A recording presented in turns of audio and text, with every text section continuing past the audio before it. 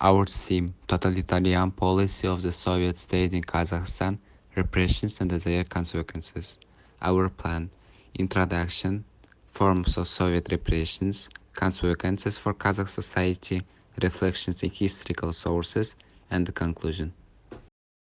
Imagine waking up one morning to find your family's livestock confiscated, your community forced to abandon centuries of nomadic traditions, and your cultural leaders suddenly arrested as enemies of the people. For millions of Kazakhs, this was not imagination, but a painful reality under the totalitarian policy of Soviet state. Collectivization led to famines that claimed over 1 million lives, entire families were deported to distant lands, and the Gulag systems turned Kazakhstan into a land of exile. These repressions left deep scars on the nation's demography, economy, and the culture, scars that we feel still today. The totalitarian policy of the Soviet state in Kazakhstan is highly relevant for both history and civic life today.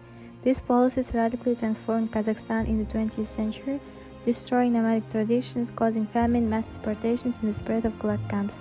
Studying these topics helps us understand not only the demographic, economic, and cultural changes of the era, but also their impact on present-day society and national memory.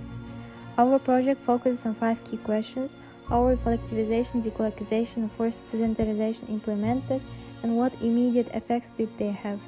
Which social groups were targeted by political repressions and deportations, and why? What demographic, economical, and cultural changes result from these policies? How were these events recorded or concealed in Soviet sources, and how can historians reconstruct them today? And finally, what legacies, political, cultural, and economic, did repressions leave for modern Kazakhstan? The totalitarian policy of the Soviet state in Kazakhstan during the 1920s and 1915s left deep scars on the country's history. Collectivization, decolonization, and forced sedentarization were carried out harshly, forcing nomads to abandon their herds and way of life, which led to famine and the deaths of more than 1 million people. Political repression struck different groups, with their peasants, intellectuals, and national leaders were accused of nationalism of counter-revolution, while entire ethnic communities such as Kaskarians, Chechens, and Volga Germans were deported to Kazakhstan. These measures radically changed the republic demography, destroyed the traditional economy, and weakened national culture by silencing its intellectual elite. Soviet records often conceal the scale of these tragedies, but today historians reconstruct them through archives and survivor testimonies. The legacy of this repression is still felt in Kazakhstan. Political through caution, attitudes towards authority, economically in the disruption of traditional rural life, and culturally in the trauma that shaped national identity. Remembering these events is essential not only to honor the victims but also to understand how Kazakhstan was continues to influence its present. Let's talk about the dark chapter in Kazakhstan's history under Soviet rule.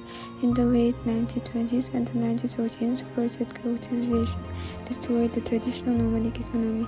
Livestock was confiscated, leading to a famine from 1931 to 1933 that killed up to 2 million people, while many fled abroad. At the same time, during the Great Terror of 1937-1938, Kazakh cultural and political leaders like Saken Seyfulin, Aleshan Sugurov, and Bimbet Marin were executed.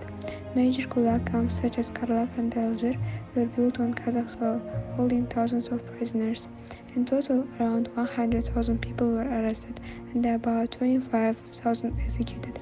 The result was a demographic disaster, the loss of the nomadic way of life, and the deep fear and the trauma of generations. Our group believes that the totalitarian policy of Soviet state in Kazakhstan was one of the most tragic periods in our country's history. During these years, very innocent people were arrested, imprisoned, or even executed. Traditional Kazakh society was destroyed, and families were often separated because of political decisions.